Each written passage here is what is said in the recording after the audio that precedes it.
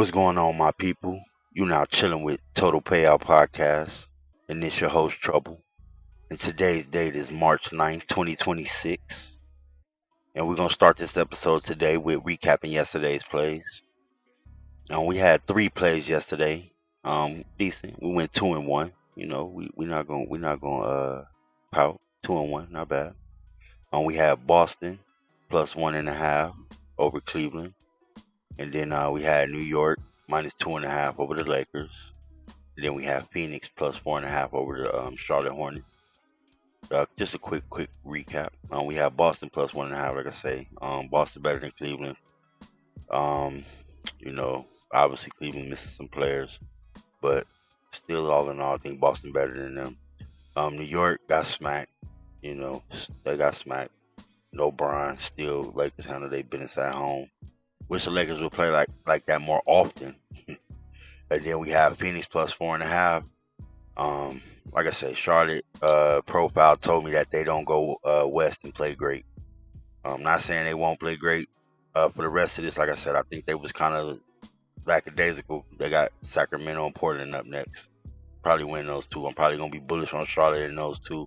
Seeing they lost two straight, so I'm thinking they're probably gonna go hard against Sacramento and Portland. Then San Antonio, gonna be what it's gonna be. So we got two games today on deck. We got Denver versus OKC, and then we got the Knicks against the Clippers. Those two games we're gonna look at today. We're gonna start out with Denver and OKC. This is their third meeting. The first meeting they had was February 1st. Home game for Denver. OKC -7 came through 121, 111 over 225.5. Then the second game was February 27th. Home game for OKC. Denver came through on a spread plus 6.5. OKC straight up money line 127, 121 over 231 in the hook.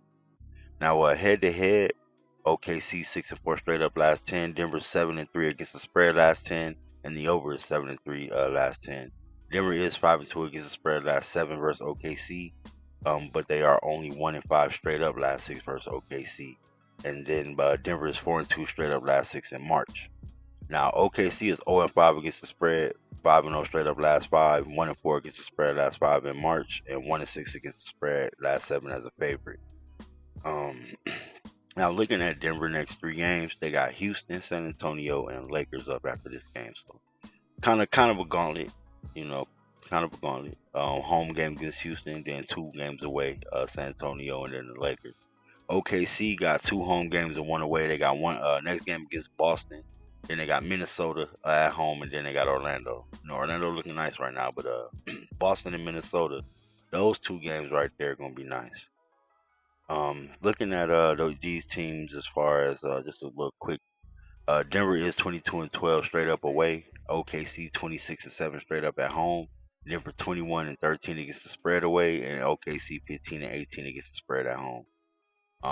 Denver did lose their last game by 39 points to the Knicks their last game, so kind of want to keep that in mind. Kind of looking at them, man, just kind of vibing them out. OKC, I think they coasting. I think they bored. I think they ready for the playoffs. I'm gonna roll with Denver in this game. One, because Denver just got smoked by the Knicks, and then Denver did just get they pretty much 0-2 against OKC this season. So not saying that they gonna money line them. I don't really got a good feeling on the money line, but I do think Denver gonna hang around in this game. Coach was kind of hot. He knew his team. I was kind of looking at the coach post game, interviews, and he was, his team let him down. No Murray, I understand, but OKC, they just coasting, man. They got players sitting out here and there. I think Chet and Caruso might be out. They got Chet with an illness. Caruso got an injury maintenance, so I'm gonna roll with Denver to get back.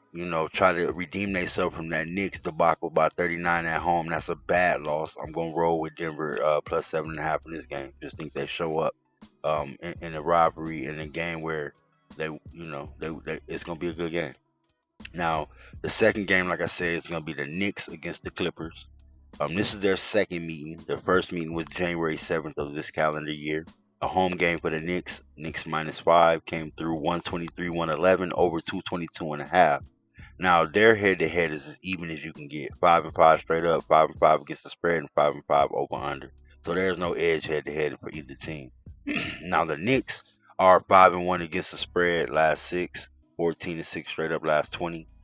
They are 2-5 against the spread last seven versus the Clippers. 2-6 straight, or 2-5 straight up last seven against the Clippers as well. 9-3 last 12 away.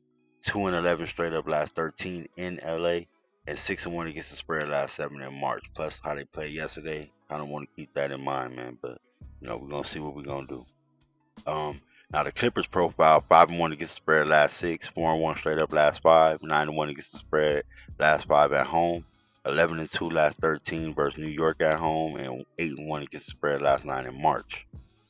Now, this is the Clippers' sixth game in the last 9 days. Like I said the other day, we handicapped them. That was a fifth game in 7 days. So March been a busy day for the month for the Clippers. They've been having to play a lot of games. So want to keep that in mind. 6-9. New York, this is a back-to-back. Obviously, they played prime time against the Lakers yesterday. So we do also want to kind of keep that one as well. Now their overall profile: 18-5. The Knicks are 18-5 straight up away from home. The Clippers are 16-13 straight up at home. Knicks 14-19 against the spread away. The Clippers are 15-14 against the spread at home. Now the Knicks are 37-16 straight up as a favorite, and the Clippers are 11-20 straight up as a dog. Now the Knicks are coming in, I think, -1.5 in this game. So kind of want to keep that. Now I got the Knicks -4 in this game as far as my personal line. I'm gonna go ahead and keep it simple. I'm gonna roll with the Knicks money line. Like I said, the Clippers, I think they dog tired right now, man. They dog tired, and they need more than one night on a travel day off.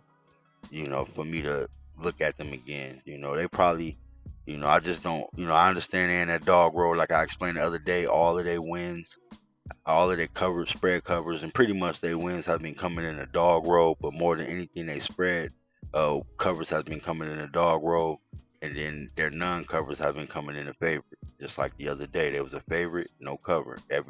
Pretty much since the Harden trade, that's how they've been flopping. 1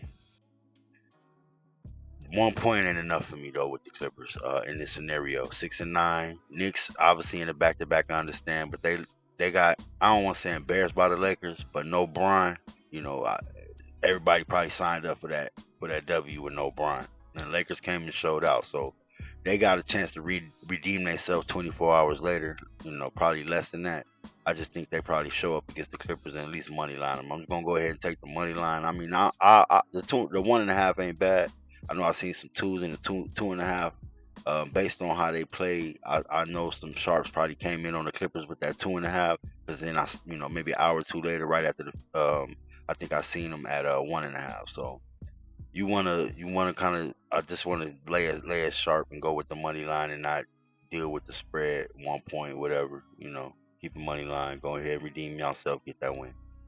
So like I said, we got two plays. We got Denver plus 7.5 and OKC, and then we got the Knicks money line against the Clippers.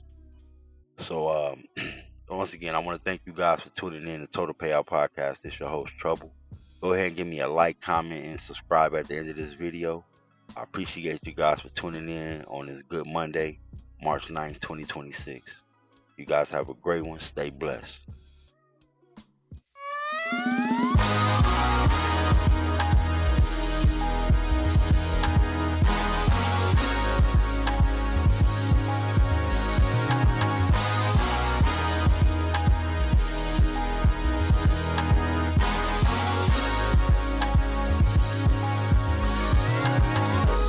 A heavyweight, that be light work. Change my lane on these niggas and it might work.